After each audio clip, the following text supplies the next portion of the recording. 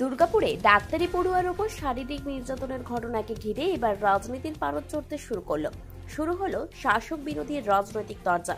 বুধবার দুর্গাপুর মহকুমা আদালতের বাইরে দাঁড়িয়ে দুর্গাপুর পশ্চিমের বিজেপি বিধায়ক লক্ষণচন্দ্র ঘড়ুই অভিযুক্তদের দৃষ্টান্তমূলক শাস্তির দাবি করেন। আর তা না হলে সামনের মাসের 1 তারিখ থেকে বিজেপি ফের আন্দোলন শুরু করবে বলে হুঁশিয়ারি দেন বিজেপি বিধায়ক। আমরা পরিষ্কার বলি, যারা দোষী তাদের শাস্তি চাই, দোষী তাদের গ্রেপ্তার তো করেছেন, তাদের ফাঁসি চাই এবং পুজো শাস্তি না দেয়। আমাদের আন্দোলন আগেও করেছি, আমরা আজও করবো। শুভেন্দুদা ঘোষণা করেছেন আমরা 1 থেকে পরে আবার এই আন্দোলনের জন্য আমরা প্ল্যান তৈরি করছি। যতক্ষণ ফাঁসি না হবে, যতক্ষণ শাস্তি না পাবে আমাদের আন্দোলন চলছে, আন্দোলন চলবে। আর সেই কারণেই চেষ্টা করছেন মুখ্যমন্ত্রী বাঁচানোর জন্য, বাঁচতে পারবে না। তার জন্য যেটা আজকে লোয়ার কোর্ট আছে, হাইকোর্ট আছে, না হয় আমরা সুপ্রিম কোর্টে যাবো।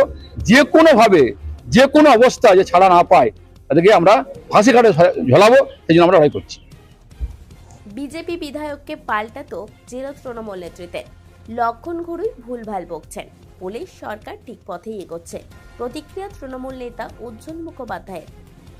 দেখুন, লক্ষণ ঘড়ুই যদি বলে যে কিছু কথা, সেটা আমি আবার বলছি, কথাটা বলার মানে হচ্ছে ছাগলে কিনা খায়, পাগলে কিনা বলে।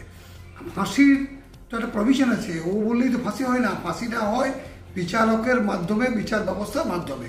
তো লক্ষণ ঘড়ুইকে বলুন, উনি তো বিধানসভার সদস্য, উনি তো জানেন যে অপরাজিতা বিল যেটা আমাদের নিয়ে আসা হয়েছে, পশ্চিমবাংলার মুখ্যমন্ত্রী যিনি এনেছেন, ধর্ষকদের এর থেকে বড় মানে কোনো রকম বিল আজ পর্যন্ত আসেনি।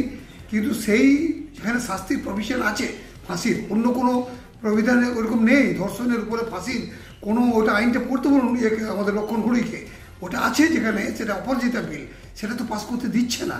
যদি অত ওদের ইচ্ছা থাকে যে ধর্ষকদের বিরুদ্ধে কঠোর ব্যবস্থা নিতে হবে, তাহলে অপরাজিতা বিলটাকে আগে পাস করতে বলুন। মানে আমাদের লক্ষণ ঘড়ুই কোথায় কি বলেন, একবার বলছে যে আমার বিচার ব্যবস্থার পূর্ণ আস্থা আছে, আবার বলছে যে পুলিশ এইসব করছে। তো এই সমস্ত বিভ্রান্তিকর কথাবার্তা বলার একটাই কারণ, উনি এটা নিয়ে রাজনীতি করতে চাইছেন। বুধবার দুর্গাপুর মহকুমা আদালতে তোলা হয় ডাক্তারি পড়ুয়ার সহপাঠী সহ অভিযুক্ত আরও 3 জনকে। মঙ্গলবার গোপন জবানবন্দির জন্য অন্যতম 2 অভিযুক্তকে দুর্গাপুর মহকুমা আদালতে নিয়ে আসা হয়েছিল।